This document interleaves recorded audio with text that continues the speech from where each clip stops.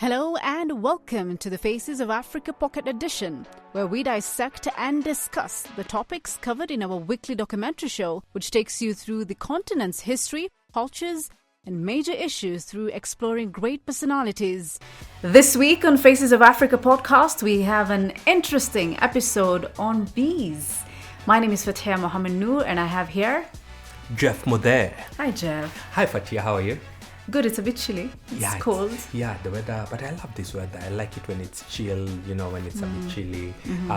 The sun, when there's a lot of sun, you sweat, people sweat. And I mean, talking about that, bees. When you think about bees, you think about honey, right? Yes. But then when you think about a bee stinging you, it becomes hot, right? It becomes bittersweet.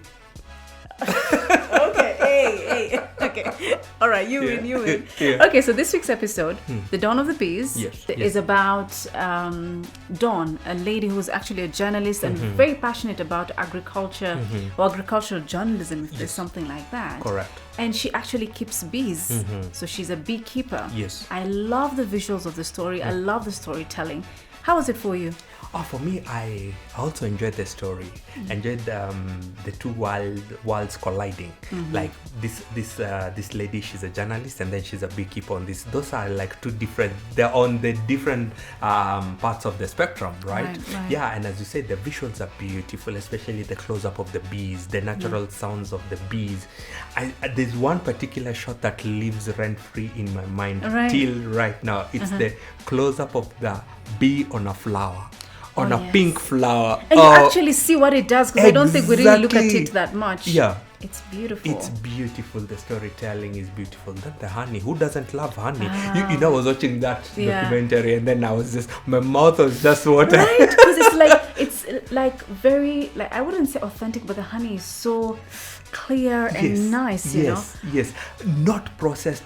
Not packed. It's direct from the manufacturer, quote unquote. The bee itself. Yes. Have you ever been stung by a bee? No, thank God I've never been stung by a bee. Quite opposite for me. Have you ever been?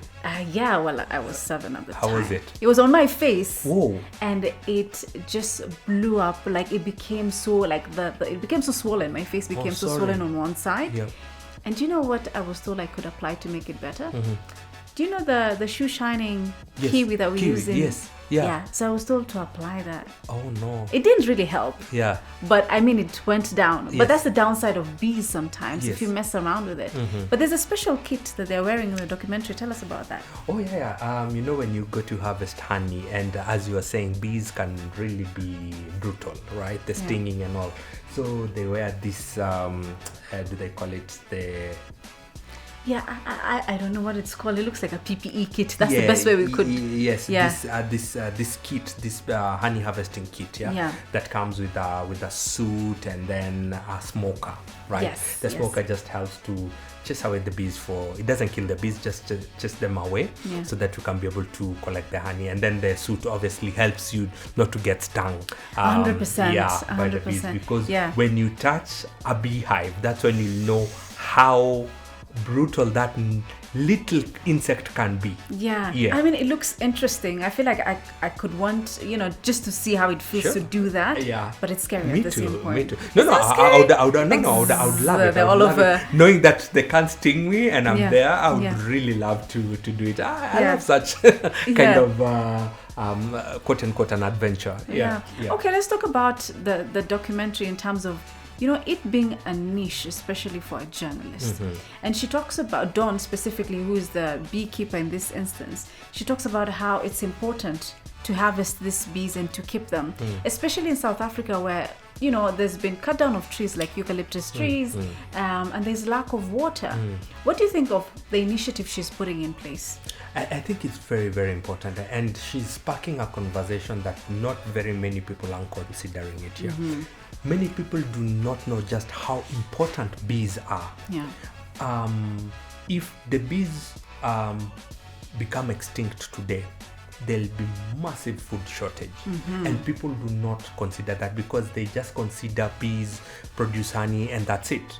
But they serve a huge purpose in even food production, pollination and all that. So I think Dawn is on the right track to just bring this issue to the fore, because not a lot of people know how important bees are to the world. And not only even like food shortage, honestly, like from my experience, my dad is diabetic and he can only take his tea with a bit of honey because he can't use sugar. So honey really plays a very, very big role. Correct. I think also another aspect of the documentary when you watch is you see how she's teaching. And I like the fact that she's passing on the information. Correct. And trying to get especially young women to come into that space.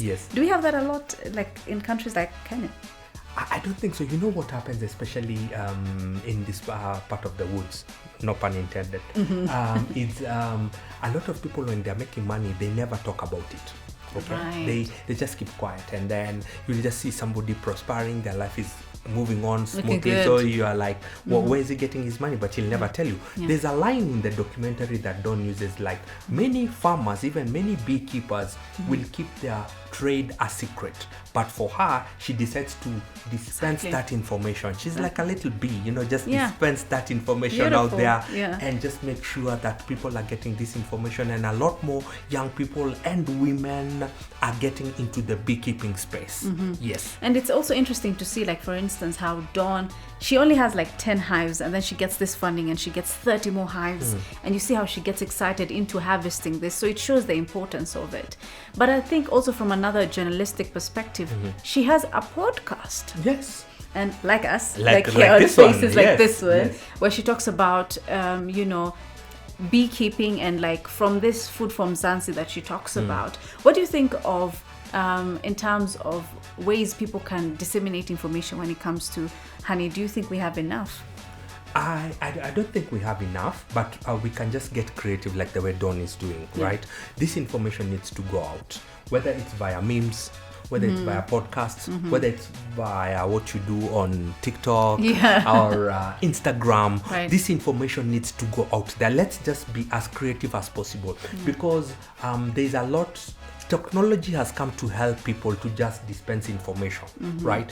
In a way that people find palatable and in a way people find comfortable and at their own pace. So whatever means that we can use to just get this information out there, by all means, let's do it. It's a very important issue that a lot of people don't know the impact if we lose bees. Yes, and they're running out. By the way, they're becoming extinct. So we need to just protect that little insect that really, really helps us in the long run. I mean, it also talks about, climate change. Sure. What's happening in the world right now. So it means that even bees itself, they contribute to climate. A lot. And the environment. So I think that's another thing that we need to be keen on. Sure. And do you know something, Fathiya? Honey is the only food that doesn't go bad. Wow. I've never thought of it that way. Yeah, think about it. Wow. Yeah.